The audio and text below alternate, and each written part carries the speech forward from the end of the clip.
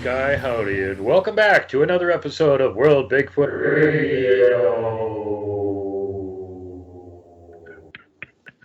It's like the hub on a wheel.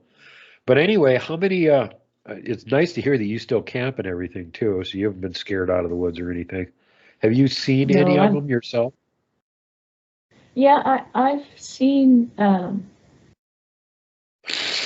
first encounter was through a thermal, like a FLIR camera, and it was pretty close, pretty close range, like maybe 80 feet. And we would just play peekaboo. You know, I think it took it a while for it to figure out that I could actually see it. So it would really slowly pop out from behind a tree and look at me, and I didn't react at all. I just kept watching it, and then it would go back behind the tree, and it would come out real slowly on the other side. And so we just played peekaboo for a long time, and then it dropped down from that tree, and there was a creek behind it, so it dropped down, moved, and using the creek, and then came up on another tree. And so we started the whole peekaboo process again.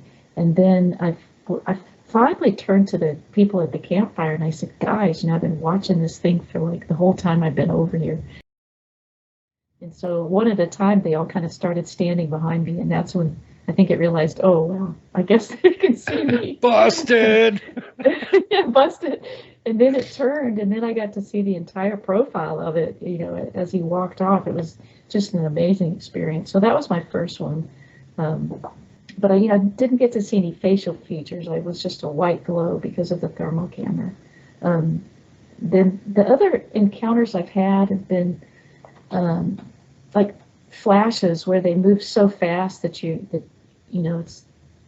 can't even believe, like your brain is having a hard time Processing that was how something fast they're bipedal. moving. And yeah, it's like my brain is just like, I can't believe I just saw that. One was in the Sam Houston National Forest, in the back of a pickup truck.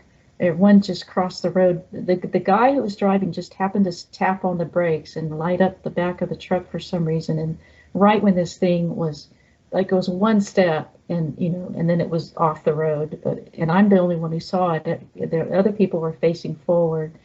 And if I'd have blinked, I'd have missed the whole thing. And again, it was one of those things that just shocks your brain, that something that's bipedal can move that fast. I mean, it's not normal. So I've seen a lot. I've seen one on all fours in Kentucky. Again, just moves like just so stupid fast. I haven't seen them on all fours moving around yet. Actually, out of all the, and I've caught them on video a lot, and generally they don't move. They'll just stay still. Because if they move, they give themselves away. We only had that happen one time, and it wasn't me filming. Eric was. And he just turned like this with the camera, and then started backing off with the camera. And he had one on camera, and it realized it was on camera, so it ducked behind a tree to hide, which is what gave it away to us when we saw it later on. What's that moving? Yeah, well, he had one on camera, ducked behind a tree to hide because it was on camera. The one that was below, there was like a little pine tree there, and there was branches. The one in the branches below it was still moving around. You could see that on the video too. There was two of them there. And then at the very end, as he's zooming back out again, it peeks its head around the tree to see if he's looking at him still. So yeah, the Juvies screwed up on that one. But the first time I ever got to see one move out of all the years I've been out there doing this was just this fall. And I was at camp by myself. It was in August, and I was on the edge of a huge meadow, and I was right on the edge of the ridge line, and both the ridge line on this side and the far side were wooded. So I had a really good view of the meadow because it was right at the edge of it, so there wasn't much in the way of trees in between me and the meadow. And in the far side of the meadow, it starts climbing back up again about 15 feet from the level of the meadow. There's a old logging road that's carved along the side of this thing that goes off into the woods. And there's not that much trees in between, so you can see pretty well if there's anything going down there. And I'm looking at it, and all of a sudden this tannish brown thing goes whipping ass down that trail. I mean, like, pew! Yeah. And I would estimate height 9 feet, speed about 40 miles an hour. Absolutely was a Sasquatch because it was not bobbing up and down, and it didn't make a sound. Yeah. And that was broad daylight, like 2 o'clock in the afternoon. I was like, what the hell did I just see? I know what I just saw. Yeah. Oh my God. Yeah. Isn't it amazing? I mean, it's amazing what your brain does. It's like, and I can't tell you how many times I've said, like, what the hell did I just see? because Yeah. it's so fast, so fast. That's one of the reasons that they can avoid us so easily because our perception just sucks. Bigfoot in Germany brought that up too, that he had, when he switched over to 60 frames per second, he started catching all kinds of stuff that he wasn't noticing when he had the film on regular speed, Yeah, because they can move that fast and then you yeah, can catch them. yeah. It just think of how many people have probably had that experience. That seeing something move so fast that they don't they don't ever tell anybody, and they just forget about it. Like, oh, that was something. I had to be imagining things because something Yeah, that huge that was can't my move that imagination. fast and not make any noise. Right, Right. right. So I mean, So, how many thousands upon thousands of people have seen him but just written it off and never yeah. tell a single soul? Oh, it was a shadow. It was something. Yeah. Yeah, it's and they can make noise when they want to too. I had one run behind me in a pine. It was like a pine what would you call it? A pine farm. Part of this forest had been cut down, and then they just planted trees at regular intervals, so they were sort of lined up and stuff. And then there was the actual woods there, and I was standing right on the edge of where the actual woods was, and something went running by me. I heard like 5 steps, boom, boom, boom, boom, boom, boom, and it was gone. And you could feel the ground shake like a horse had Right. run by behind you. And by the time I could turn and look that way, there was nothing there. Right. Yeah. My son and I, he stayed, lived in Crittenden, Kentucky on a habituation site there for 5 years. And my son came to live with me for about 6 months. And he was kind of on the edge about, it's not that he didn't believe me, but, had never had an experience. So he was really kind of sitting on the fence. It's like, I'm open, to believing in these things, but but I don't know. And then, so the way the house was is kind of up on the hill, and then the property sloped down about 250 feet. There was the berm, and that's where the former owner of the house used to put food down on that berm. That's where the pancake footage, was um, filmed filmed at. If you've heard of the pancake footage, Pancake footage. it's from the Erickson, the Erickson project. Yeah. Uh, yeah, so we'd made a little camp about halfway down, and he dug a Dakota fire pit, and uh, I put up my little 2-person tent, and he put up his hammock, and we were gonna sleep out there. And so we made some hamburgers and hot dogs, and had all that great aroma in the air, and we're just sitting there, and I had a recorder going, and it was all quiet. And then I heard some brush pop, down there by the berm, and so I just, quietly said, "You hear that?" And he said, "Yeah." And so then nothing happened, like for maybe 10 minutes, and then about 10 minutes later, he took a stick that was maybe about, like a inch and a half in diameter, and it was really dry. And when he broke it, it sounded literally like a gunshot. It was so loud. And Wow. when he did that, just to the right of us, maybe 10 yards, 15 yards, something that sounded like a massive elephant ran away from us. And like you said, like you could feel the ground shaking through your feet. God. And it ran at, my neighbor had a dog pen just right where kind of level with where we were sitting. And this thing ran by the dog pen. And my first thought was, it's killing their dogs. Because you know how dogs, when they get really frightened, it's like a scream, like literally like they're dying. And so, first it was this massive running away, and then the dogs are screaming at the top of their lungs.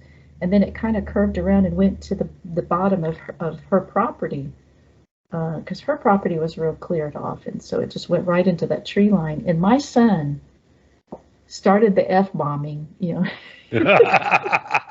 So on my recorder, I have like 2 whole minutes of like nothing but the F-bomb, and he's like, F that, F that. What was that? What was Fing that? And I mean, it was just, I was kind of laughing because I knew exactly what it was. And at that point, he didn't even have to see him. It was like just and then his brain is trying to do what else, it couldn't have been anything else. What else lives in northern Kentucky, that sounds like an elephant running?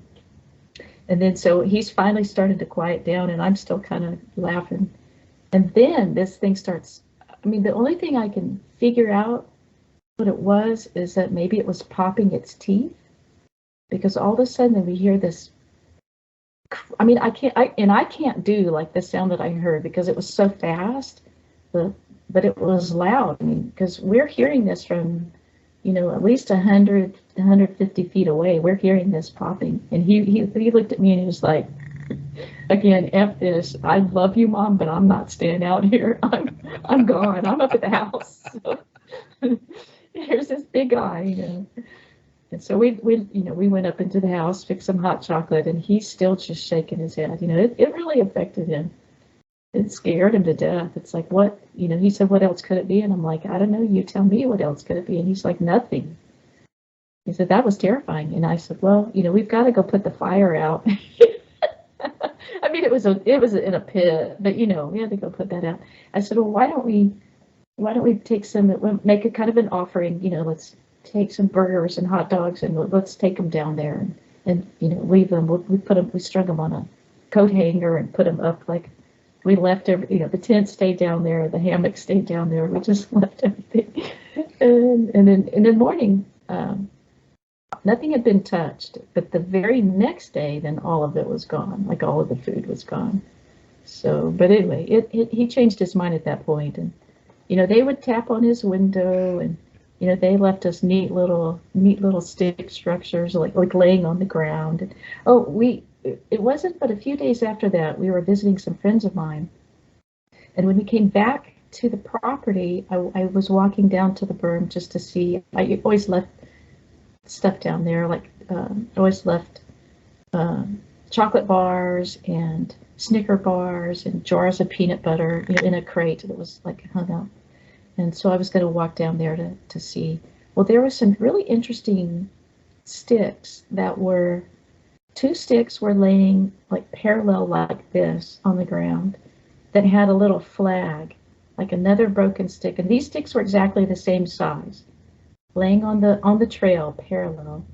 And then there were two other sticks about this size that were like a flag on both of those, like just on the left side of the original stick. So it was kind of like this.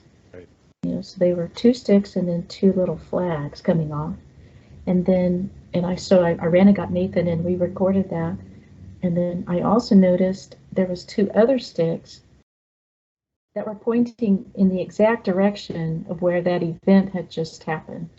So literally just pointing right to where the tent and all of that was. I don't know what that meant, but it was really, really cool. Wow. He always did, subtle stuff like that. Yeah, there's something to the ground glyph thing. I know there's a few people that are working on trying to decipher some of that. And, there are things that do seem to hold up to scrutiny too, like a X on the ground is kind of a welcome mat type thing. That does seem to be the case in every place where we found it and checked it out. Yeah, you can go in there. Yeah. Sometimes there would be one of my research partners, Ronnie Powell. She found an A, like an A made with two sticks in the bar across. And so she told me about it. She called me and told me about it. And well, then the next day I had an A on my property, where I was staying. Strange. Yeah, we got one up by the giant asterisk structure on the other side of the river, but that's apparently doesn't mean you're welcome here, because we're not welcome there. Maybe that only applies to Bigfoot, doesn't apply to us. But X structures seem to be just territorial markers. Hey, we live here. Somebody big lives here. See how big that X is? That's how big we are. We live here. And if they really don't want you in there, then they'll put a leaner on one side of it. That's the stay out. You stay on that side. We're over on this side. That's cool. Yeah. The first time we found that Super X, they actually had a leaner on the far side of it. We had come in on you're on their land side of it before we discovered the giant 6-story no trespassing sign. And I already knew at that point what that meant. And I went, we need to get out of here now. Let's go this way. And we'll go away. Good. And curve back around again. And then the next time think the next 1 or 2 times that we came out there, it was still there. And then after that, it was down. They had literally taken it down again. And That's there's because 2 more respect it. huge X's up that were on the side of the ridge rather than at the top of the ridge. They're on the side of the ridge. And they're gigantic. And if you're at one and you look closely, you can actually see the other one further down the ridge. You can see them from each other if you know what you're looking for. I've already filmed that before too. But yeah, and those were brand new. You know, it's like every year we go out there and they've changed things around. They took down their giant X and they started building an enormous teepee down in the next valley down below it. That's like 5 stories tall. Wow. Yeah, and every time we went there, they had put new stuff on it, so that was fun. We got to actually document them building it. In the middle of the summer, they took a 40-foot pine tree and bent the top underneath it, so that was part of the structure now. It was just standing up straight next to it before that, and all of a sudden it's like, whoop, it's under it. Oh, that happened. Amazing. Yeah, they're out there having fun building things. Giant tinker toys are using, entire trees for tinker toys. So was there anything else in the process? Here's our chance to talk about you and Kevin working together. Was there anything else that really stuck out to you working with Kevin? Just his beautiful, genuine nature.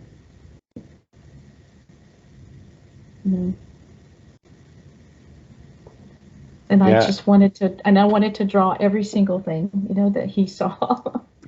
It breaks my heart that I didn't get to do, work with him like I wanted to. I wish we got to spend more time with him too. How often does that come along where you got somebody that's, close observation for years and they're friends with them? They're running around having adventures with him and talking to him and stuff too. How much more close observation can you get than that? I know. I wanted to draw the hands. I wanted to draw the feet. I wanted to draw every aspect that Kevin had seen. I wanted to draw it all. And it's just an opportunity that, I may never ever have again. And with such an incredible, kind and loving human being who had been through so much. Oh my gosh, Yeah. Breaks my heart. Yeah, I miss him all the time too, and he was one of the least likely to lie people I have ever met in my life. He was, such a goody two-shoes. Even if he was so flaming mad at somebody wanted to blow their head off, he still wouldn't say a swear word about him. I had to do that for him. Yeah. Oh, that was my job. Yeah. I mean, the thing that I remember the most is just who he was as a person and how much I, just loved him. Just like I said, I wanted to drop everything I was doing and go to where he was. Yeah. And again, like I never felt like I had any chance of even meeting him because he was on the other side of the country, and then got lucky enough that he rode up here with a couple other people and we were going to go do a little Bigfoot trip, and that ended up being when he got to see GLAGG again. So I got to be part of that whole thing. Which is amazing. It was amazingly lucky. Yeah. Yeah, and I got to look like I'm the greatest Bigfoot researcher of all time because I found one specific Bigfoot when in fact I didn't do anything. But that one specific Bigfoot did in fact show up.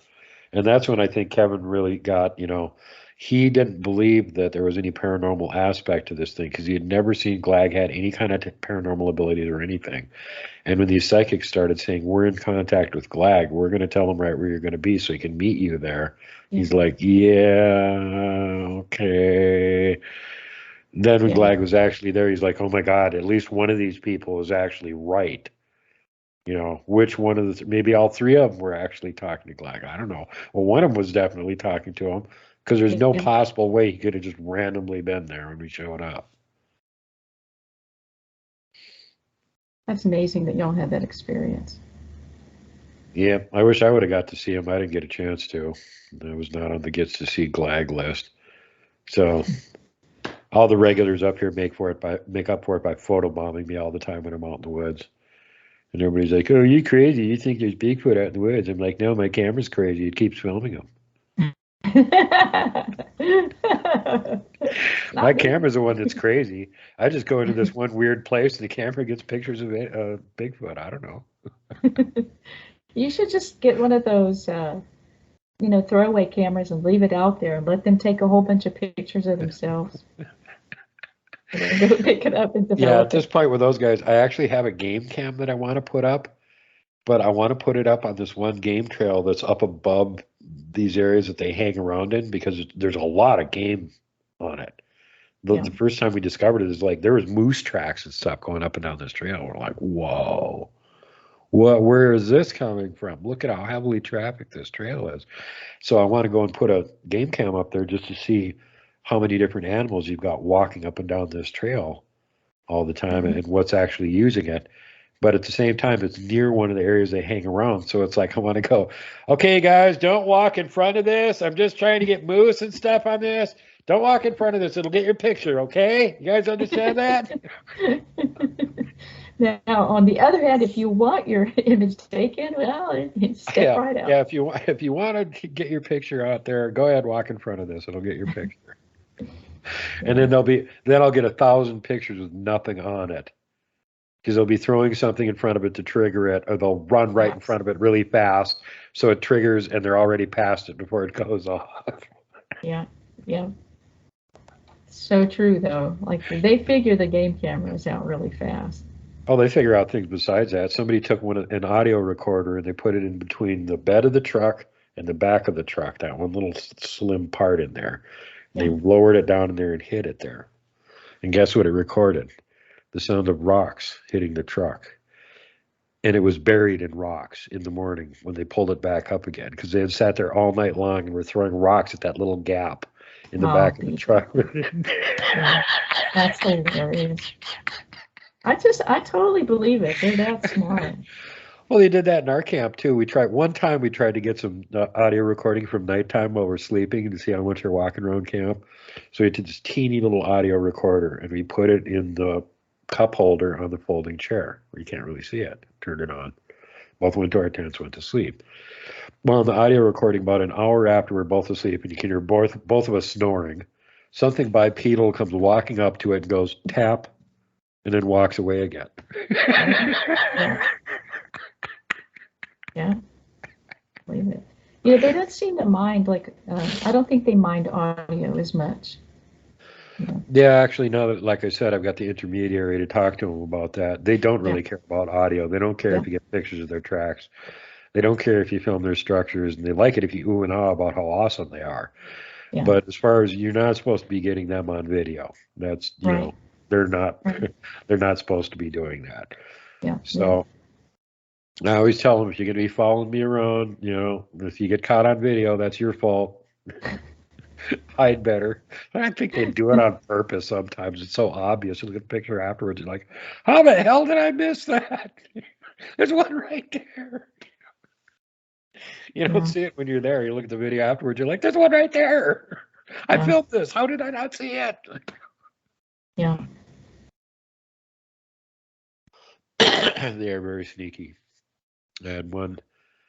I was down by the super teepee, and there was something lying on the ground next to this tree, and I wasn't sure what it was because it was too far away to see it very easily. So I just put the camera on it and zoomed in and zoomed back out again. And I went through the video later on, and Blaine Tyler was looking at it, and he goes, you got a Bigfoot lying underneath that tree there by that log. He's peeking up over the log looking at you. And I went, how did you see that? And he goes, you can see the light shining off the top of his head. That's not a stump. You can see the light reflecting off their hair. Well, of course, then I picked up on that. Oh, this is one of Blaine Tyler's amazing tricks that he's using to find them on camera all the time. You look for the light reflecting off their hair. And then other one that I use is look for their eyes. Yeah. Look for eyes, because that's, hunting rabbits in the winter. They're white. The snow is white. How do you see the rabbit? You look for the eye. Right. Yeah. But yeah, it's amazing how sneaky they are, and they got so much time to practice, and they're so good at it, And I almost feel like, other than just a complete freak accident, a lot of times if you're getting them on video, they're letting you get them on video. Yeah. You're getting a picture, they're letting you get a picture. Yeah. Because we've had examples of them deciding that they didn't want you to get that picture, and somehow the film gets erased afterwards. Yep. Yep. Yep. Yep. That's right. That's absolutely right. They seem to have strange paranormal abilities of which we know little.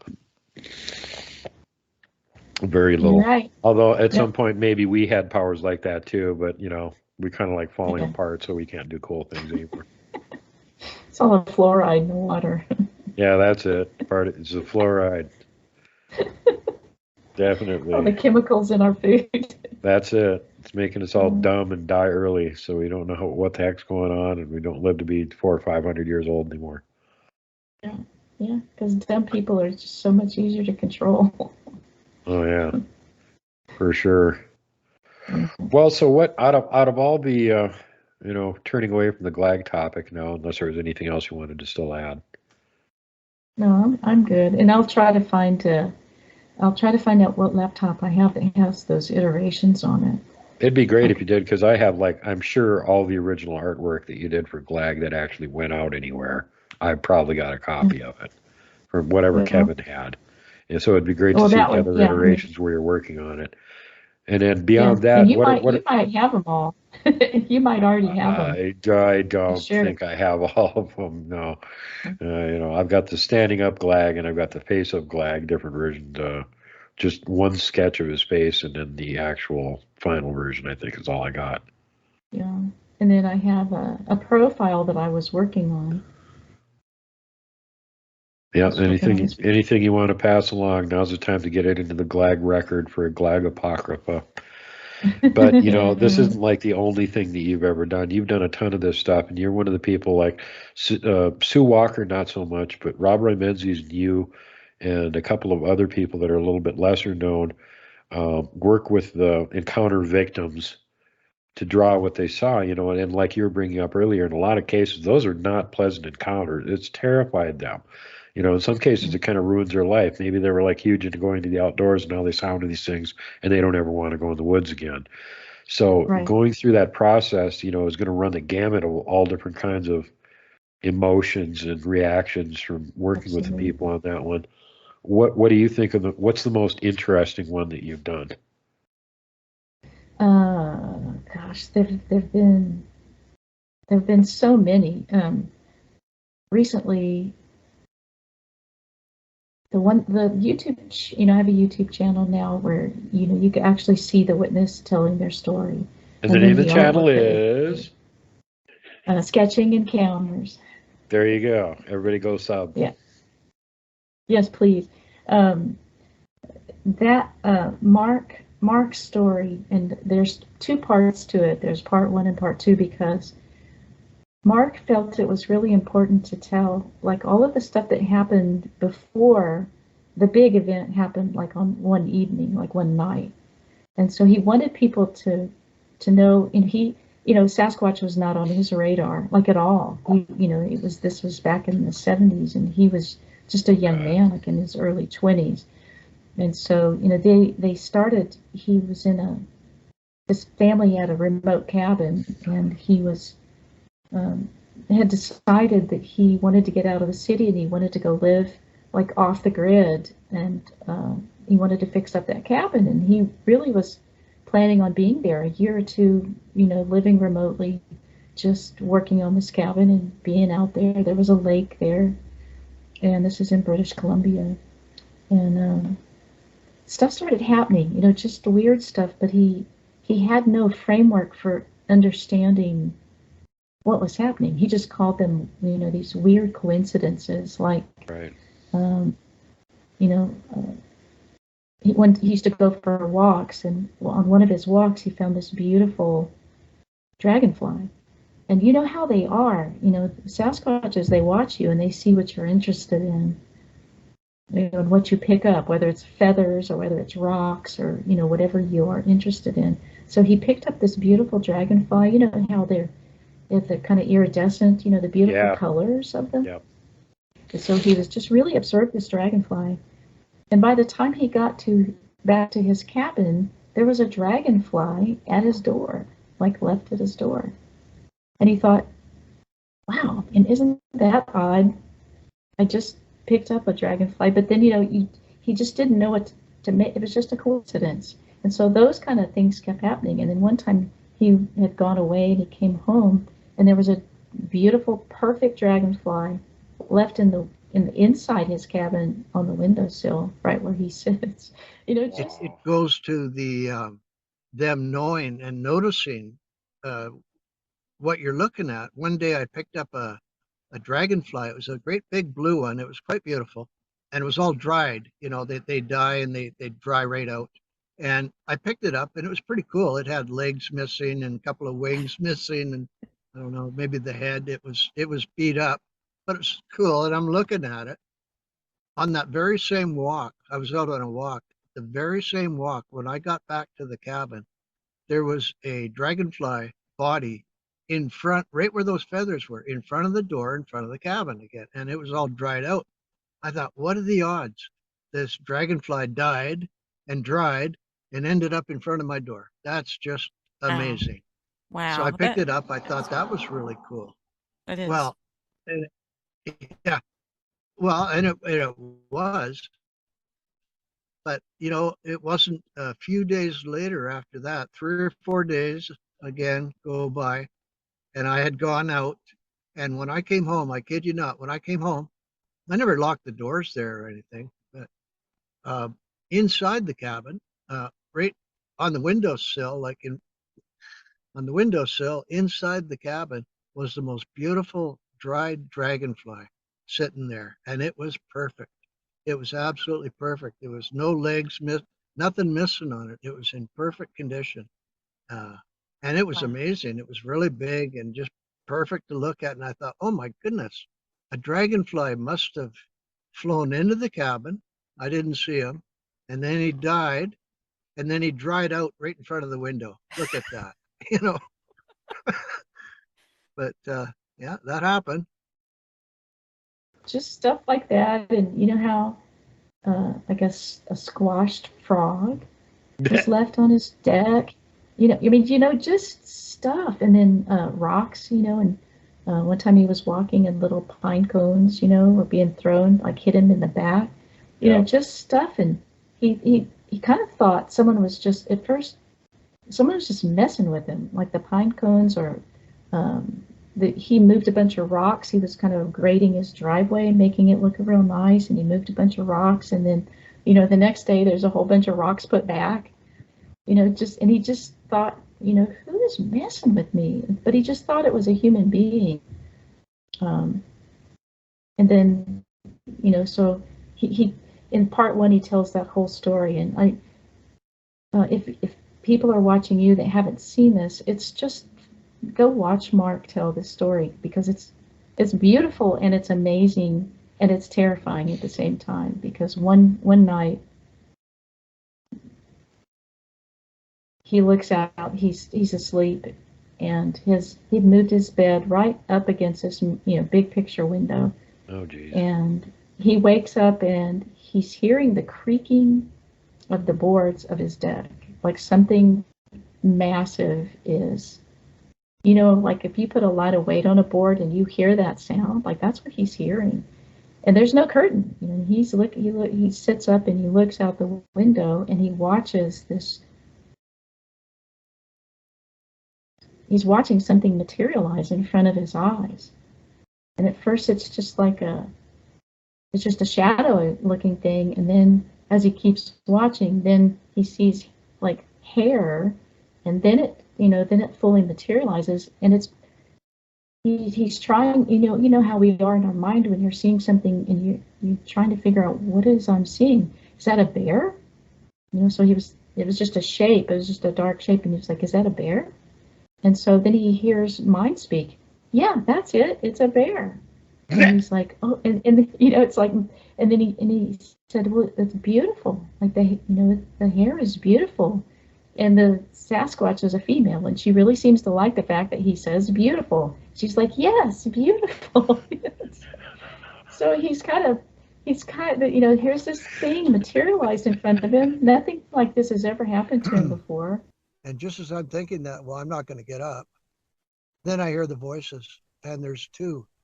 One is really deep, and it said like well, it wasn't English. Some kind of a greeting like "Ula hola da," or "Aloda," or "Hola," or something like that. I don't know what Yeah. some kind of a loud thing. And then he got answered by another voice, which was really different. It made buzzing and popping noises. And anyway, they were going back and forth like language, a few sentences back and forth. And I jumped up, of course. I thought, son of a bitch, I got company. I got somebody to see me. And I thought, why would they come to the front of the cabin by the lake? If you come down the driveway, you're going to come to the back of the cabin. So them Right. coming in the front was weird. And that's where all the light was. So I get up and I look. Of course, I don't see anything at all, except I heard them very clearly. So now I'm totally freaked out. I'm listening, and I see nothing. So I put my head back down, and I'm thinking, okay, that I must be really tired. That must have been a dream, of course. I didn't really hear what I heard. Mm-hmm. And I hear boards creaking. And the next thing, really loud creaking, like not just a little creak, but right to the breaking point. These boards were bending, creaking and bending. I thought, not fast, super slow, just up one here, wait, another one. Like they're sneaking up. And I could hear this creaking boards happening. And I thought, oh my God, it's on the deck. They're on the deck, Yeah. So, But something obviously with a whole lot of weight. yeah, well, that's why I thought it was a bear. Yeah. Okay, what? It's got to be a bear, So I look out, and of course I don't see anything, and I really look, and I don't see anything. But something's wrong. I keep hearing the creaking, so I look again, and I realize there's a big shadow in the corner, and it's kind of translucent, but it looks just like a great big shadow. It's about 5 feet tall, about 3 feet wide, kind of oval, and it's just sitting there. But there's something there. Yeah. I thought, okay. I could hear it, and I could see the shadow. What the hell? So I'm looking at it again, and I'm thinking, is that a bear? Is that a bear that came up on the deck? As soon as I got that thought in my head, I got like when you talk to yourself, you verbalize. I Mm-hmm. got a verbalization. Bear. Yes, bear. So I don't see a bear. All I see is a shadow. As soon as I think bear, I start to see the hair, and I can see through the shadow. It looks like there's little dots floating around, and I can see through it, especially in the center, and I can see hair, beautiful hair, like long, shiny hair in the middle of this indistinct ball. So you Okay. can see the shape in front of you, kind of oval shape, shadowy, but you can also see hair and Well, exactly, yeah. And it was changing, and I could start to see a little bit of kind of a fuzzy spots floating around. Yeah, it was about 5 feet tall, 3 feet wide, but in the center, I did see the hair. So I thought, is that a bear out there? Again, I thought, bear, oh, beautiful too. When I really realized that it was hair, and then I said, that's hair to myself. I said, Mhm. that's hair. And it's beautiful hair because I mean, it was just, silky and wavy and that. And then the word came back so hard, beautiful, beautiful, beautiful bear. And I thought, that's crazy. I mean, I'm not seeing a bear and I'm not seeing anything that's that beautiful. All I see is some hair, But I was really squinting my eyes trying to see it. So when I did see it, I got a little bit excited, like, okay, that's what all that creaking is about. There's an animal big on my deck. Yeah. So once we got a little bit further along, the whole thing came into focus, and now I'm looking at the back side, which I know now is a Sasquatch, but at the time it was just a big round ball of hair. She had her head down and her arms tucked in, and you did a great job on the drawing that I saw, and it just a big round hairy stump is what I Wow. saw. Wow. And I'm getting the mind speak thing there, the words coming in bear and beautiful, and you know, and I'm thinking, okay, but I don't really see a bear, you know, Yeah. but that's what I heard anyway. So nothing happened for a while. It just stood for a couple of minutes, and then I remembered I had heard two voices very distinctly, and I thought, where's the other one? Of course, I hear the boards creaking again, and Mhm. I didn't see him. So I could actually feel the floor moving in the bed. You know, Wow. it was that the floorboards were moving a little bit. You know, and I leaned over in the window and put my face right next to the glass, and I looked down the side as much as I could, and I could see his leg, great big black hairy leg, and he had it kind of tilted to the side a little bit, so I, you know, and like protecting himself. And I can Mhm. see this incredibly large, muscular black leg covered in what looked like long black, uh, like pubic hair, curly, wiry Yeah. hair. I thought, holy shit, that's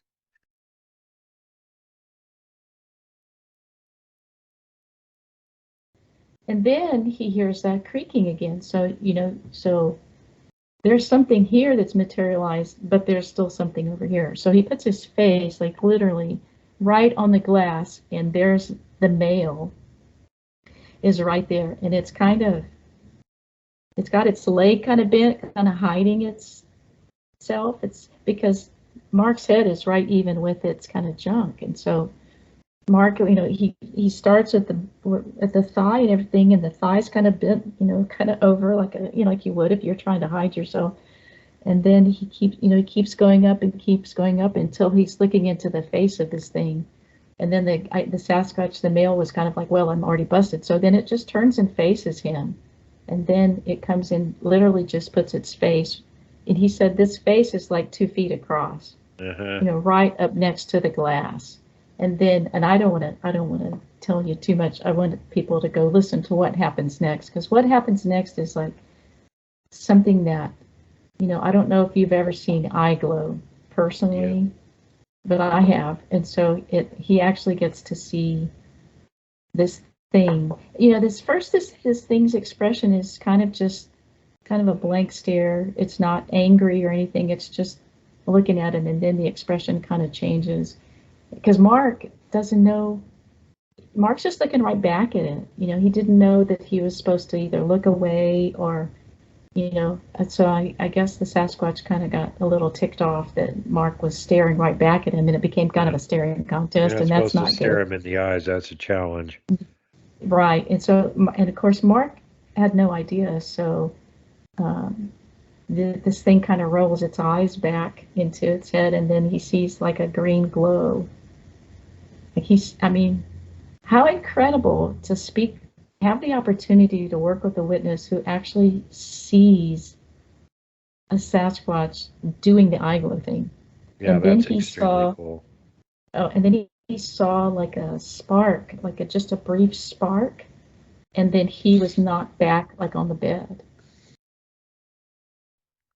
he even put his head down. He leaned down in and looked in at me in the window. He got right down low and he looked in at me, and I kind of lost it a little bit. I'm looking at this head that's about, it looked like it had to be 2 feet wide. It was just so enormous.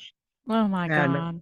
and I'm looking at it and I realized, oh my God, I got to lean back to see it all because he's so freaking big. I just got to see it all because he's so big and that. And when I did that and I really tried to stare at his face, he just super quick, he just frowned, just his brow went up.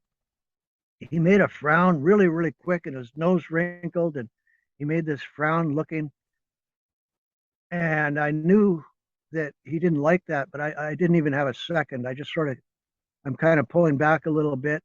His eyes lit up. His eyeballs rolled up in his head. A creepy thing, just like a science fiction movie, believe it or not. Yeah. His eyes rolled up. And out of the whites of his eyes, I could see a line of light that just went up, and his eyes were lit like a 20-watt light bulb. And there was this light coming out of his eyes. I only seen it for a second, and then I was terrified. It was a second because I saw it. And then when he did that, I could feel it. And there was like a little spark appeared in front of him, like in front of his face or eye or whatever. And that was it. I got hit with a bolt of energy. I didn't see anything, but I felt it. By that spark. Got zapped. He got zapped. He got zapped. So he's knocked back on the bed. He's absolutely terrified. And so he's just laying there, kind of covers up, and he doesn't want to look out the window again. Like, I don't want that to happen to me again. What the heck just happened?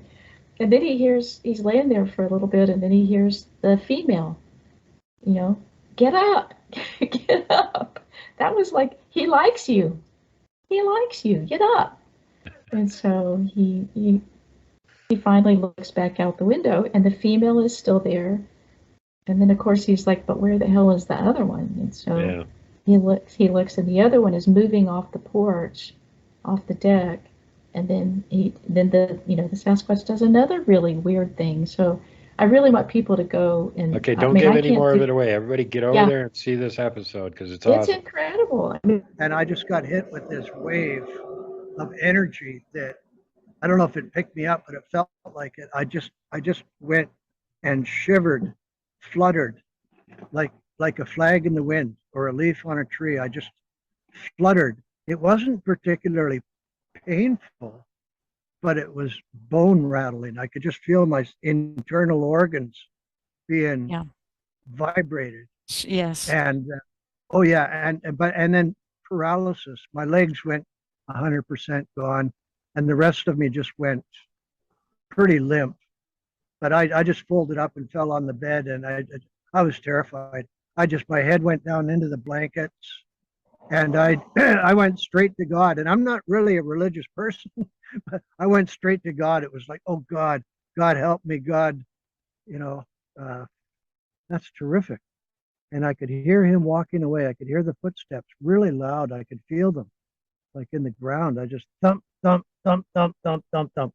And I thought, okay, he's walking away. He's really heavy. He's left now. And I'm just taking a big breath and I'm going, whew, like that. And bang, right on the side of the cabin. He wasn't gone. He was standing right there. He faked it. He fooled me. He banged the side of the cabin. And my heart went in my throat. I thought,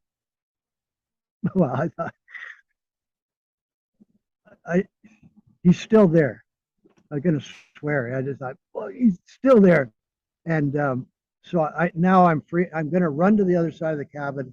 It sounds he's banging on the cabin. I'm thinking maybe he's gonna come in. I'm gonna run to the other door. Well, I never made it. I got about halfway across the cabin, and I could hear this crazy sound and like a crazy sound like that. And I thought, what the hell, is that? And I could hear this sound, and I got this little vision in my head of these lips moving. And I thought, his lips. Yeah. And I thought, he's giving me a vision of blah, blah, blah, blah, blah, blah. Whatever. He's making a noise, a fuzzy infrasound. Something he's doing. And I went out. I was down. I was done. I passed out so hard and so fast. I hit the ground and I didn't even have time to put my hands up or nothing. I went down like a bag of bones, and I don't even think I was breathing or, uh, you know, I don't think I was breathing or my heart was going. I think I was flatlined on the floor because I had like an out of body experience. I literally saw my body go down, and I'm still up there looking down at it. For you're up above your body. Yeah, Yeah. where I didn't move. I stayed, 5, 6 feet where I'm standing. My body went down, but my head didn't. And I'm Wow. looking down. I thought there's no pain or nothing. It was different. It wasn't the same as the earlier one. It was no pain, but I'm looking down. So I thought, well, shit, I better get down there. So I sort of kind of hover down there, and it's not happening. I'm not going back in or whatever. And I didn't know what was going on. I had no idea. And then I hear a voice. I hear a voice. That voice again. Last voice. Last thing. And the word was stop. Just that one word. Stop. And I thought, stop what? Like I don't know what's going on, but stop. And then it stopped. And then I could breathe. And then my heart just went boom, boom. And I could hear like in the distance, I could hear somebody gagging like they were drowning and they were coming out of the water. I could hear like somebody, just gasping for air, trying to catch their breath. And then I realized that was me making that noise because I wasn't breathing. God. I was out. Oh yeah, no, I was totally out. And I was hurt. Now I come to, I'm on And the that's floor. not like the end of it. There's just so much more of what happens to him and what they show him. Like they, no, I don't understand it and he doesn't know, but they obviously, I don't know if it was some rite of passage for the female or, I mean, we don't know. Like we really don't know.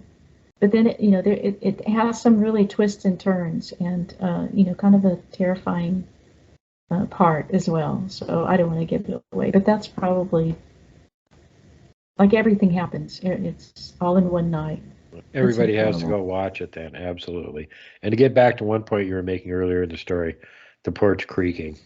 Again, how heavy are they? They're incredibly heavy. And earlier in the show, I was talking about how Scotty had one of them pick up that water bottle and was squeezing it next to his tent. He had already been awake for a good 20 minutes before that. And you know what woke him up? It wasn't a sound. The earth shook. And he woke up and he went, "Is there an earthquake going on?" And the earth shook again. And then he realized it wasn't an earthquake. And he could hear something breathing right outside the tent. And then something else came walking from further away, went past his tent, walked over to my tent, and booted my air mattress. And I went, "Hey, knock it up!" And I woke up. And then I thought to myself, who's booting my air mattress in the middle of the night? And it came right back over to where Scotty was, and I was just starting to go to sleep. And that either that one or the other one that was already there picked up that water bottle and started going Yeah. until he told him to knock it off. And then I got out of the tent and went, "What the hell's going on over here?" Well, it wasn't until way after the fact that I thought about it. They're going to pull a prank on Scott. They don't want me to miss out on it. So quick, go over there and boot the air mattress and wake Duke up so he gets to he gets to hear it. Well, it's so incredible to me that you mentioned the whole water bottle thing because when I first got into Crittenden, Kentucky, I had only been there. I mean, this was the first week. I think I'd only been there 3 or 4 days, and it had a little wooden, deck on the front. And so I was woken up in the middle of the night by boom, boom, boom, like 3 steps on that deck that shook the house. And then it was squeezing what sounded to me like, I mean, it's the only thing I can figure, was a water bottle. Hey guys, good morning. It is, I guess it's Wednesday, September the 11th. I just wanted to send you a little memo. About 4:18 this morning, I was awakened by 3 heavy footsteps up on the porch. Bam, bam, bam. Now, but the weird thing about it was, it sounded like I know it's going to sound really weird, but it sounded like someone was also carrying a water bottle and squeezing it like this. I have one here. As they were walking. I thought that was really, really weird. And I got up. I just kind of laid in bed for a minute and listened. And then I got up to look at my phone to see what time it was. And then I opened my bedroom door to see if, because I knew I had a water bottle by my laptop, and I wanted to see if maybe the cats had knocked it over and were playing with it. And interestingly enough, the cats were both posted on the big chair, kind of both right side by side together, looking out the window. And when I opened the door, they were kind of like turned and looked at me. And that's usually the position that they get in whenever I'm outside. So just kind of one of those weird happenings. Well, that was the thing that was throwing Scott. This is like right outside the fabric where his head is. They've already honed in on where he's laying. Right where his head is, there's this thing going, and he's listening to it going, what is that noise? I've heard that before. That's not an animal. What the hell is it? It took him like a minute and a half to realize what it was, and then he went, quit screwing around, knock it off. Yeah. Yeah, isn't that crazy? That's crazy. Well, and then I called the team that I was working with, and I said, you guys are not going to believe this. It went stomping across the porch, and this freaky water bottle, like someone squeezing a water bottle sound. And then, and I'm talking about Dennis Foll from Colorado. He was like the lead investigator for the Erickson project. And he said, you are kidding me. And I said, no. He said, well, we just got through having an expedition, and there was a Sasquatch walking through camp squeezing a water bottle. I don't know if they like that noise or something. Here's another one. Either one of them has learned how to do this with his mouth, or you know those old lighter fluid containers that are metal. And when you have them like about halfway empty, you can squeeze them and they go boop, boop. Yes. Or if the air pressure changes because the temperature drops, they'll just do that naturally. Yeah. One night I was out there with Mike, and we kept hearing that coming from the other side of the river over and over again. And I'm like, Mike, is that the one you got over here? And he's like, I don't know, maybe the temperature drop made it do that. And then about like 2 minutes later, we both clearly heard it coming from the other side of the river. And went, well, there's no humans over there squeezing a lighter fluid container right now. Wow. So either they had mimicked that sound, or one of them actually had one that he was carrying around going boop, boop. Yeah. Yeah. And they are incredible mimics. When I was doing some solo camping in Cherokee National Forest, and I used to put out a recorder, every night. And sometimes I would put it, I had a lawn chair that I would just put out in the front of my camper. I have a little 19-foot camper. And I was camping in early March, and I was basically had the whole forest to myself, because most people, they'd come out on the weekends to go trout fishing. But during the week, nobody was out there. So, and I was the only RV out there. And so I would get night inspections, where they would come in and obviously just check to see what I had. Like there was this one inspection that I had recorded where they just came in to move stuff around and see what I had. And then there were some times where it sounded like it would drop like a rubber ball. And I'd listen to the recording and I'd say, what the hell is that? Like, I don't have a rubber ball, in my. But they might. It's funny. So then I would go, I'd get out the next morning, or I'd go pick up the recorder and I'd load it and I'd start listening to it. And then I'd say, and I'd hear the crunching of the, of the gravel as it would come up. And I'm like, oh, here they are. And that's what I heard, because I could hear them walking right by my window. They were. An RV is they're not very, at least mine's not really soundproof, and so and my bunk is just right there by the window. And so I'd hear it walking by, and then I'd hear them moving stuff around. And then the next morning, I'd go pick up my recorder, and then I'd be listening. It'd be like, you'd hear it go drop, and then bounce, bounce, bounce, bounce, bounce, bounce, bounce.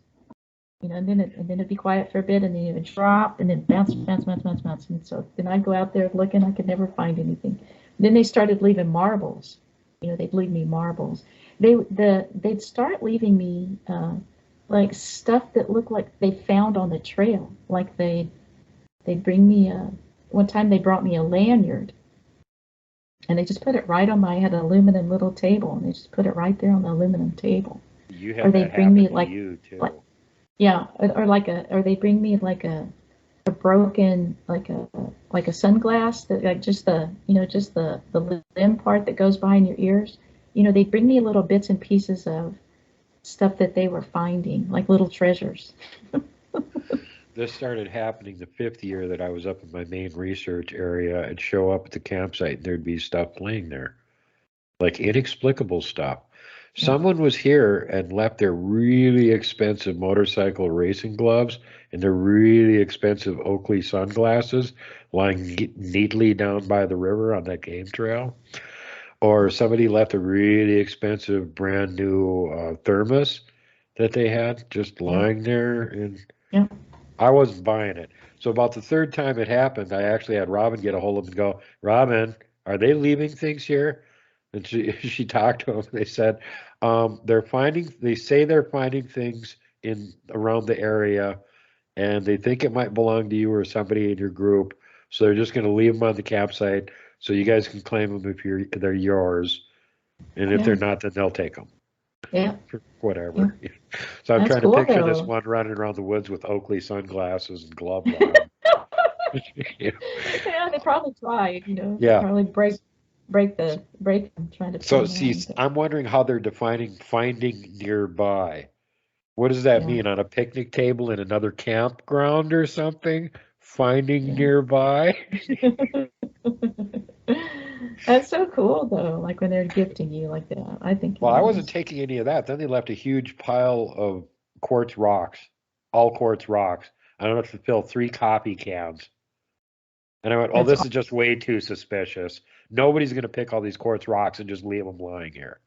It would have taken like 2 days to wander around anywhere near that camp and pick that many quartz rocks and leave them in that pile. And then they're just going to wander off and not take them with? No. And yeah. again, No, that's contacted yeah, Robin. She said, no, they're gifts for you. They picked all those quartz rocks and left them there for you. And I'm like, well, yeah, now I'm feeling really guilty. I guess I better start giving them presents when I show up because they're leaving me presents. yeah. That's really neat though. I actually left one in my camper, like a rock in my camp. Like I was gone. Like I, you know, went to go get groceries. Once a week I'd go in to get supplies or water. And then one time I came home and there was a rock just in the middle of the floor. And my Yeah, camper these was always locked. I didn't leave it open.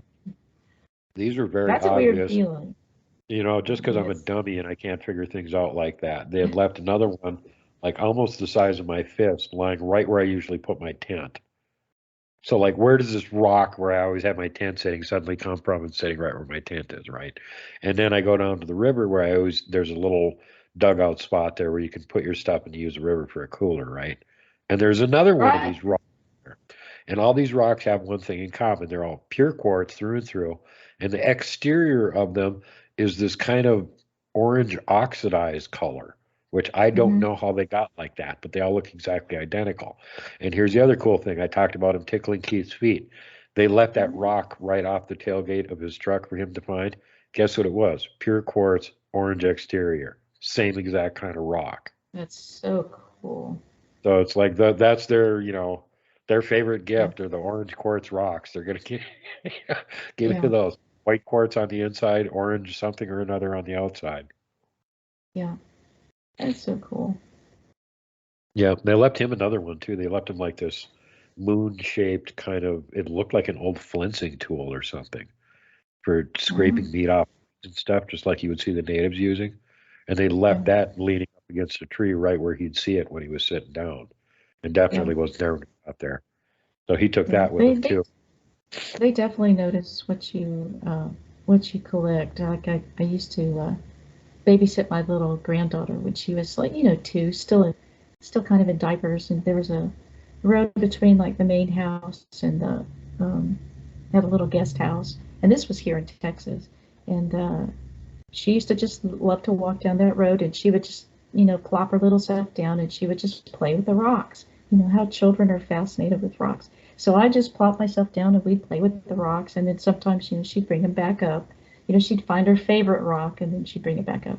And then what started happening is that just rocks started appearing at the back door, right on the mat, It's so cool. Robin recounts when one of her daughters got old enough that she didn't care about a whole bunch of her toys, she decided to give them to the little squatchlets. So they took a whole bucket full of old toys and they left it out in the woods. And sure enough, it disappeared. And then over the course of the next few years, some of them started showing up back at the house again. Yeah. Like they got bored of playing with them. They're bringing them back for her again. That's awesome. That's just so awesome. I did that with golf balls. I hit like 5 golf balls into the woods. Just, and I put the date on them to see. And they started coming back. They're flying. Hey, this is not supposed to be in the woods. This should be let's bring it back over there. Yeah, it's so cool. Crunch. This egg doesn't taste very good. I really miss field research. I hope someday to be living in a location where I can interact with them again. I really miss that. Yeah, I miss it when I can't do it too. I mean, as soon as it's warm enough to camp, I just want to go spend the entire summer in the woods and not come back until I have to. Yeah. And sometimes I didn't even do that then. I did spend one winter here in Montana camping the whole winter, in case anybody's wondering. It's been 176 nights in the woods in 1 year. Wow. All in hot Bigfoot hotspots, not just like camping, but in Bigfoot hotspot, 176 nights, 1 year. Wow. And for a lot of that time, I was there by myself, too. Did you keep a journal? Yeah, I filmed it. It's all on my channel. Yep, I was busy filming all the time. Whenever anything was happening, I was filming it. We had one, December 16th, there was one playing in the river. It was 22 degrees.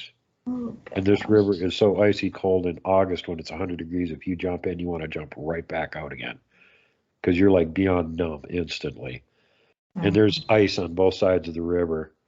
And he's in the river, face down in the water, digging around, tipping rocks over. I don't know if he was pulling out crayfish or clams or what he was finding.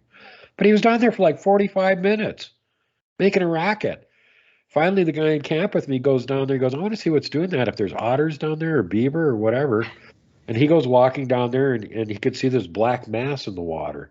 And Jack's looking at it, and he's like, what is that? Is that a couple of otters or something? So he turns his flashlight on. Well, as soon as he turns his flashlight on, the Bigfoot that's face down the river stands up and turns around and looks at him. Wow. And he goes, I am in the wrong bleeping place. And he turns his flashlight off. And that one already knew us because we'd been there camping for like months already. So he immediately recognized Jack, and he went, oh, it's that idiot that camps up the hill. No problem. So he doesn't even wait for him to walk away, turns around, goes face down the river, and starts turning over rocks again. Wow. And Jack is just standing there stunned. And this is the first time he's ever seen a Sasquatch. First time ever. And he was completely freaked out. And so finally he realized it's not going to attack him or anything. It's doing whatever it was doing before. And he just turns around and comes back up to camp and goes, Duke, there's one down there in the river right now. And I'm like, grab the camera, grab the flashlight, run down there. By the time I get down there, you can hear him running up the far embankment. As I was getting ready to come down there, you could actually hear the shriek that sounded like a mountain lion on top of the mountain on the other side. Yeah. And apparently that was the call for him to quit messing around the river and come back up again, because right away he took off and tore back up the embankment and he was gone. Wow.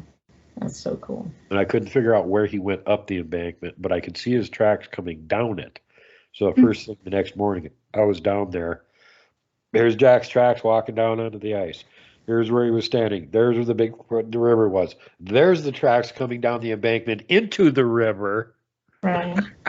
Okay, what went down the embankment into this river, which is like 8 feet deep, middle of the winter. Those are human-looking tracks right there, right? Bipedal, big, yeah. So cool. But main point on this one is that their resistance to cold is phenomenal. A human being would have gone into hypothermia and been washed down the river within 3 minutes of being in there. And he Right. was in there Yeah. for 45 minutes like it was bath water. It wasn't affecting him at all. I mean, literally face down in the river, probably only Wow. putting his head up to get a breath occasionally, and then back to face down in the river, messing around with his arms. Yeah. We're so fragile. We're so fragile.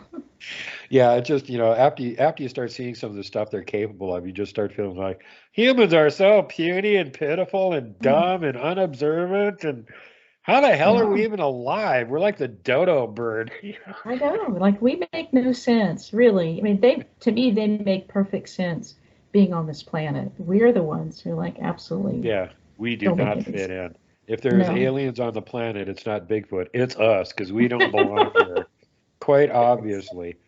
They can live Yeah, I mean, without they fire make or a whole clothes lot of or sense. technology or anything. They're just fine. Try and put us out there for 2 or 3 days without any of that. We're doomed. Yeah, yeah. No, I know people I mean, I live with people like my mom, my sister, my daughter-in-law. Like if it's 70 degrees, they have a sweater on. Oh my God. If it's 70 degrees in here, I turn the heat down. Too damn hot. 63 is good enough. Yeah, it's crazy. So, and how do we, like you said, how do we survive? Yeah, it really makes you wonder. I mean, well, obviously a few generations ago, people were physically a lot tougher than we are now because they just Yes. had to be. Yeah. But even so, back then it took a whole massive amount of plotting and planning for humans to live in northern climates and stuff because it's Yeah. so easy for us to freeze to death and we can't Yeah. hardly move around. Oh, 6 feet of snow. I guess I'll have to make some kind of weird shoes of snowiness or something so I can walk around in this stuff and not just sit in my cabin and freeze to death and starve all Yeah. winter. I think that's why so many people get, when they see one of these things, especially those people who you've never had Bigfoot on their radar, or if they're a man, who's been hunting the same property for all of his life and has never seen or heard anything unusual, and then, they come face to face with one of these creatures, it's just devastating to their psyche because suddenly they're not the alpha thing on the planet anymore. And, that 30-06 or whatever they have in their hands is just going to piss it off, and they flat out tell you, I wouldn't doubt to shoot this thing. Right? I Yeah, mean, don't you hear that all the time? Well, why didn't they shoot constantly. it? Why Yeah, didn't you shoot it? Because it was the yeah, size it of an just, elephant. That's why I didn't yeah, shoot it. yeah, it just wrapped it around my neck. Yeah, no. And, I hear all the time too, well, I wouldn't have shot it. I've talked to a lot of hunters that have had these things, had them in their scope and they're like, it's too human. It was too human to shoot. Yep. That's committing murder. Yeah. Yeah, they are people. They're not people like us, but they are people. So don't shoot people. Yeah. I No. find it interesting that they consider us people, but we don't consider them people. No. Tells wrong with us. There's a lot wrong. Yeah, they got rules against killing humans because humans are people like Bigfoot are, but humans don't have rules against killing Bigfoot because what's that thing? Shoot it. Yeah. Well, humans, they kill each other all the time. Yeah, So, exactly. yeah, we're really sick. And then everybody's like, oh, gee, why doesn't Bigfoot talk to us and be friends with us? I wouldn't talk to you and be friends with you. You're human. You can't be trusted. Humans Well, can't be yeah. trusted. I mean, but that just tells you how intelligent they are, that they avoid us as much as they do. Yeah, I mean, implicitly really. avoid humans.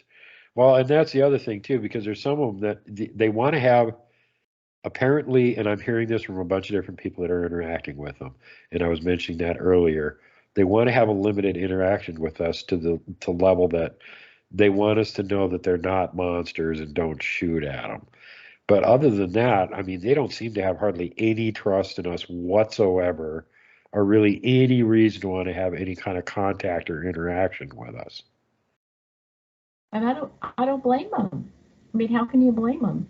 No, absolutely can't. I mean, I hear these stories constantly, and it's not just bad enough that you got Billy Joe Bumpkin out there that sees something big and hairy and shoots at it, but you also have the damn government out there that are trying to kill them on purpose. And Yeah, F you sons of bitches.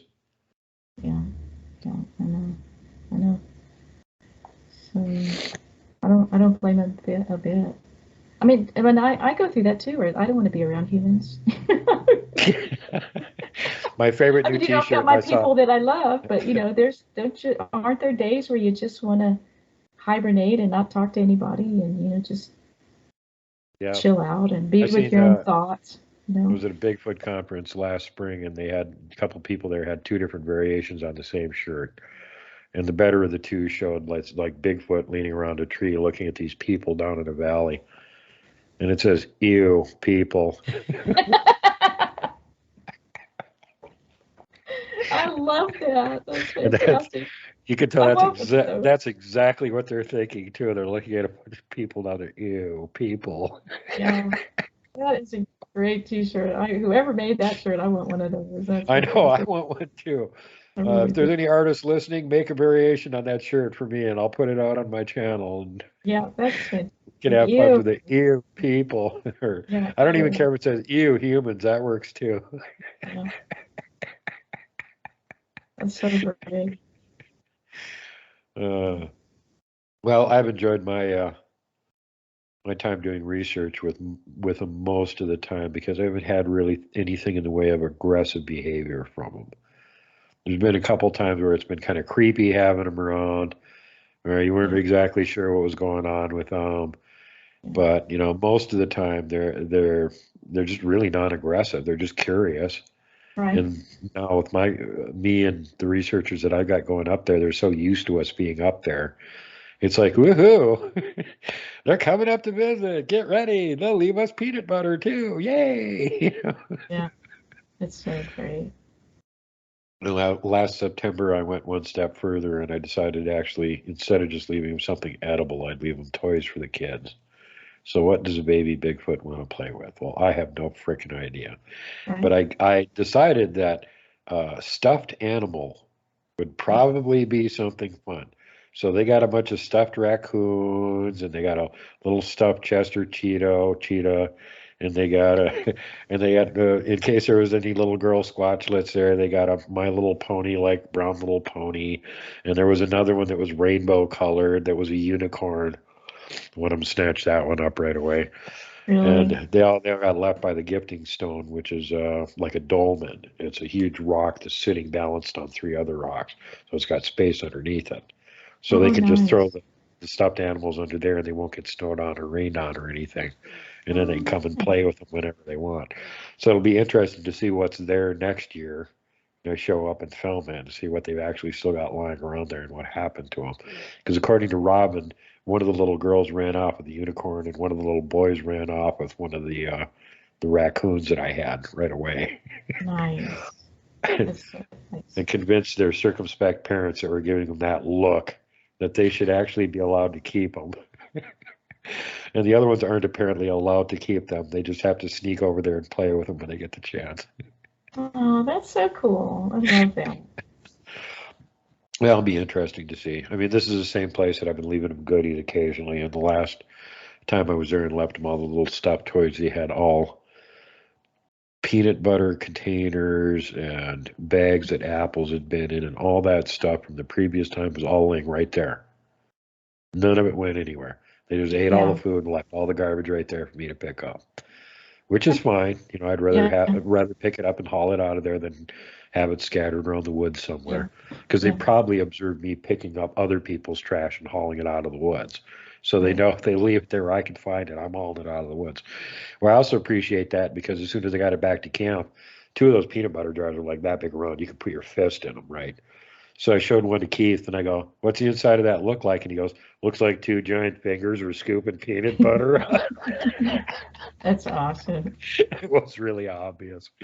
Yeah. So that was again more fun. Like, yeah, the deer didn't eat this, Keith. Look at the inside of this peanut butter container. You Yeah. can see that two giant fingers. Yeah. But when I first started putting peanut butter jars, they were not interested in them at all. Like it took a long time before. Yeah. I mean, it was months and months and months and months before one of them was finally taken. And I think that was actually taken by raccoons and stuff because, I would put the date on both, the bottom and the inside of the lid. And then, kind of when they disappear, I'd go walking around the woods trying to find them. And you could always tell the ones that the critters had gotten because there's teeth marks, all over the Yeah, they're lids. chewing on everything. Scratched up and chewed up, and then there'd be the occasional one that literally looked like it came out of the dishwasher. I mean, it wasn't even Well, oily. they've been it leaving was, all the empty peanut butter jars, Russ, and the same thing. There's no chew marks on them or anything. yeah.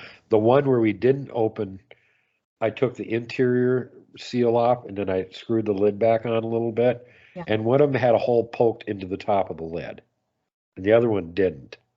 Wow. But otherwise, empty containers, empty bags, nothing's chewed up. Yeah. Normal can animals always don't tell. do that. They're going to tear up everything trying to get all the food out of it. Yeah. Yeah. And sometimes like, I put a plate of chocolate chip cookies down there one time. And the plate, They love that. like it was a ceramic plate, and the plate never came back. Like I never saw that again. If you haven't heard it, you got to go check out an old episode on my show where Randy K. Benyazi from down there in the Navajo Nation tells the Cookie Monster story. Oh, where yes. there was the open tent revival, and they had a whole pile of people in there. It was just about over with. And set up in the corner of the middle of the tent, there was a walkthrough on both sides where you could get in between the stage and where all the people with the chairs were. And they had a table over there that had a big container full of cookies on it. And right as they're getting to the very end and the pastor's about to go, hey, amen, hallelujah, a Sasquatch comes running in, grabs the whole giant dish of cookies, and instead of running back out, runs directly in front of the stage and all the people out the other side. Gosh. And the people are falling backwards, screaming and shouting. The pastor's like, damn you to hell, monster. And the audience all stop. The band quits playing. They're all freaking out. Everybody's panicking. Wow. So they get this call that there's been this event. And Caveman's local security, so he comes showing up. And by the time he gets there, he's heard all this over the radio a bunch of times of what's going on. So he comes pulling up, and there's these guys sitting in the back of a pickup. There's like 4 of them. They all got high-powered rifles. And he sees there's a few more of these pickups, and they're kind of got the tent circled ways out. What's going on here? I had some trouble at the revival meeting. And he goes, yeah, I heard. A Cookie Monster, huh?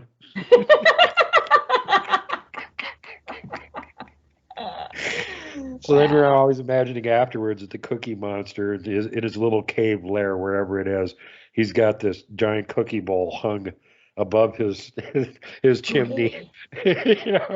Like where a hunter would have a deer head mounted on the wall. He's got his cookie bowl. Yeah.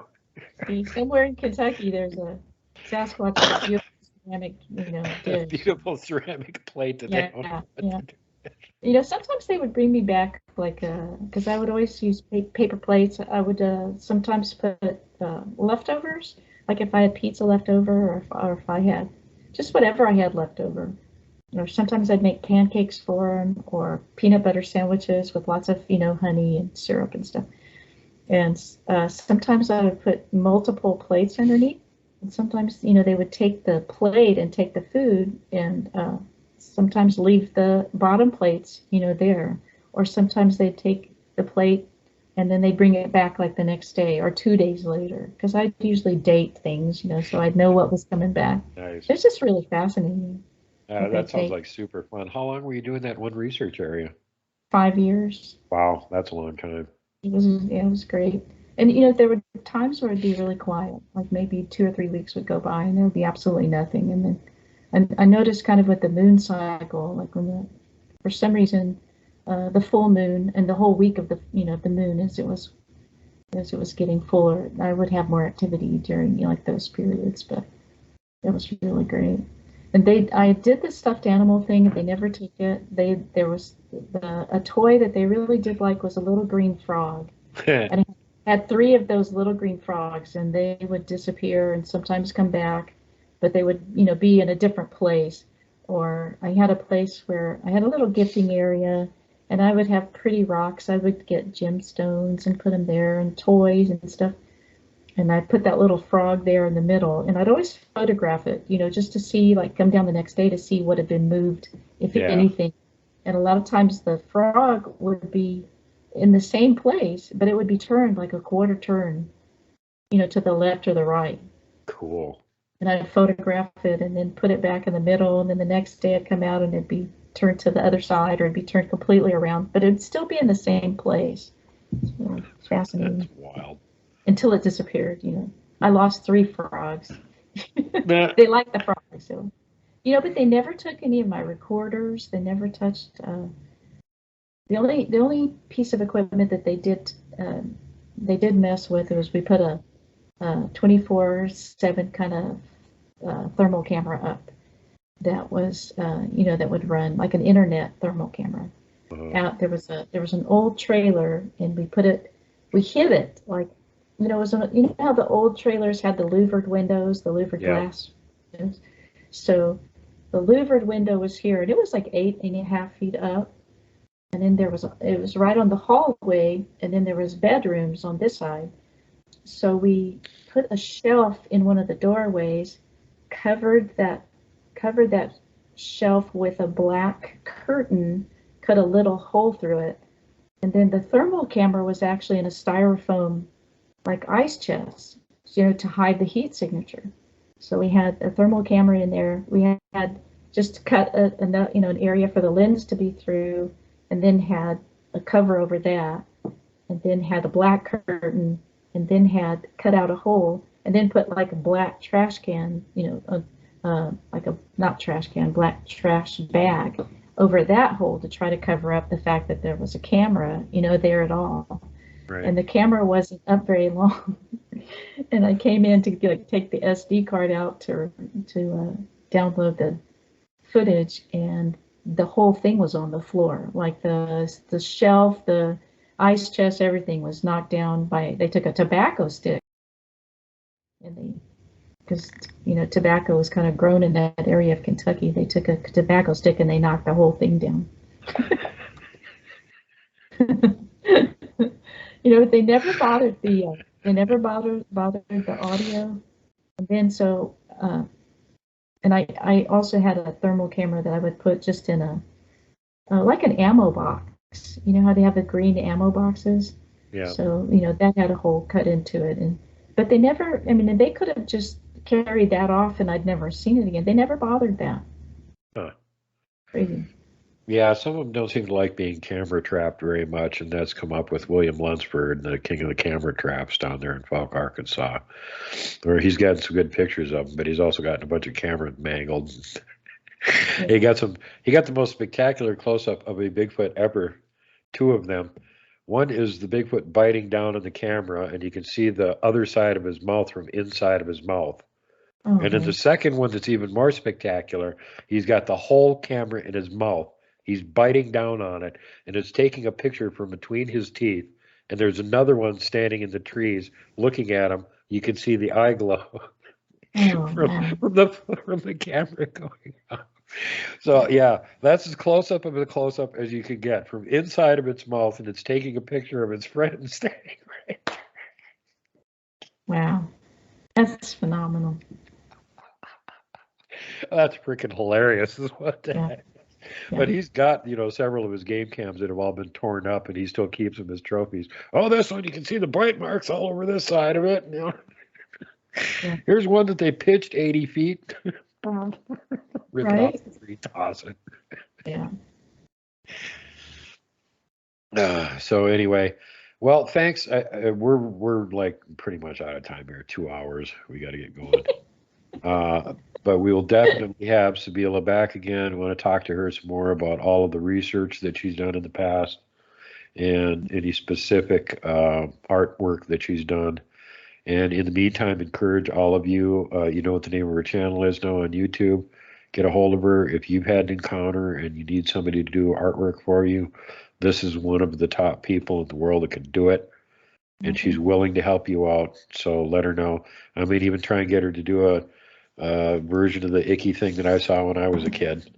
I've only ever had one person try and do that, and he got it fairly close, but it's not exactly right. So, well, share. Yeah, if you will, share it with me, and then tell me what needs I'll to be suffer the additional PTSD that it'll take to get an accurate version of this thing out. Right, and let your witnesses know that I don't charge people for witness sketches, so they don't have to be concerned about how much it's going to cost. Right on. And this is a needful thing for future informational purposes, because when you've got several of these artists that are going around and are talented and capable enough to produce an illustration that's very close to the real thing that the eyewitness saw, and then you start comparing all of these pictures to each other, and you start seeing the commonalities and everything there, again proving that these aren't imaginary. These are real creatures that people are seeing. Right. And that's what, I do speak at conferences every once in a while. That's one of the first things I say is, before I start my slideshow, I want everybody to understand that these are not images out of my, I have nothing to do with these, with what you're seeing other than, that I just kind of I'm the one that they, draws it for them, but every single detail is, directed by the witness. These are not from my imagination. These are what people are actually seeing out there. This is it. Yep. Sybilla is the Bigfoot version of what the police have as a sketch artist, where somebody gets mugged by somebody and they go, they look like this, and then they draw a stick man. And they go, okay, what were their lips like? They were like this, and then they draw lips on the stick man. The same kind of process, takes a while. Yeah, it does. It takes a long time, and I'm real persnickety because I don't want to quit until until the witness says that's exactly what I saw. I mean, I want to keep working on it, and I don't care how long it takes. And Kevin really appreciated that too. He mentioned that about how persnickety you were about the details and how much he appreciated that, because he really wanted that to be available for people to look at and go, that's what GLAGG looked like when Kevin was hanging around with them. Yeah. Yeah. And I think that's wonderful too. And I always appreciate the fact that I was able to talk Kevin into coming on the show and telling his story. That only took me about 2 months of badgering him pretty much constantly to get him to do that. Oh, I'm so glad you did. What a gift for the rest of the world. Really. Well, that's what I told him. I said, this is just way too important of a story for you to take it to the grave with you. You've got to share this with the rest of the world. And you know that they're people, and you know that they're not monsters. And we got to, get this story out there so everybody else can figure it out too. Quit shooting at Bigfoot. Right. There's other real monsters out there that you can shoot at. Don't shoot at Bigfoot. Well, thank you though for getting him, getting him recorded and getting his story out there. Thank you. I had nothing to lose. Well, it's impacted all of our lives. No, actually, you did. You lost quite a bit, from. Well, other than monetary remuneration from actually, like getting paid for working. Yeah, that's the only thing I lost. Yeah. I can still do the same job. I just don't get paid for it. Yeah. But, I'm not here to make money. I am here to get the truth out. So it was an easy decision to make. Exactly. I'm right there with you. It's very important. And that's why you're one of the good ones. And Kevin thinks you're awesome. And the Sasquatch love you. Well, thank you. Thank you very much. And thank you for inviting me to be on your wonderful show. Well, and you get to be on my wonderful show again. If you want to be, because I'd love to have you back again. Okay. Absolutely. All right. With that, everybody, make sure to follow all of the usual rules, which are handily coming up in a few seconds here during the final part of the show. And it tells you everything that you should not be doing. So you will survive and you'll be able to see the next show. Love you all. Make sure that you're kind to everyone. Safety first, last, and always. Pay it forward. Don't be mean to people if you don't have to be. Don't flip off the mountain giant. Don't poke Dogman with a stick. Don't punt the puck, would you? And for God's sake, whatever you do, do not hug the Wookiee.